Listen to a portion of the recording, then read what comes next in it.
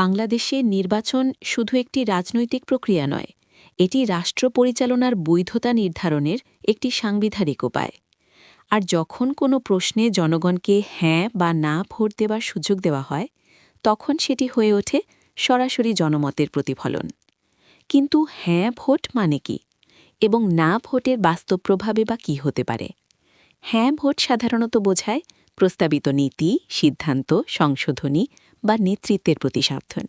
এটি স্থিতিশীলতা ও ধারাবাহিকতার বার্তা বহন করে।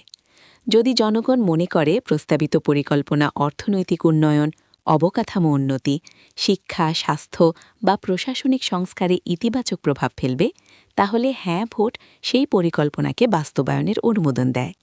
তবে হ্যাঁ মানেই অন্ধ সমর্থন নয়, এটি হওয়া উচিত তথ্যভিত্তিক মূল্যায়নের ফল।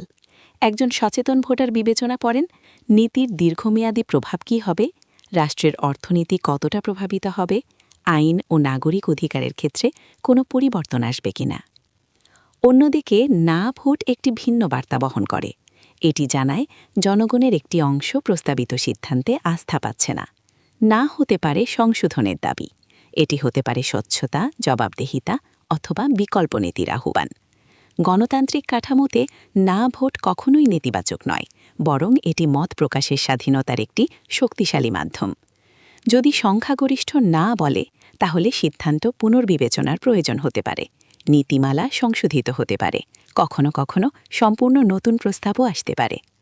কিন্তু এখানে একটি গুরুত্বপূর্ণ বিষয় আছে, ভোট না দেওয়া। যদি একজন নাগরিক ভোট প্রদান থেকে বিরত থাকেন, তাহলে তিনি নিজের মতামত প্রকাশের সাংবিধানিক অধিকার ব্যবহার করেন না।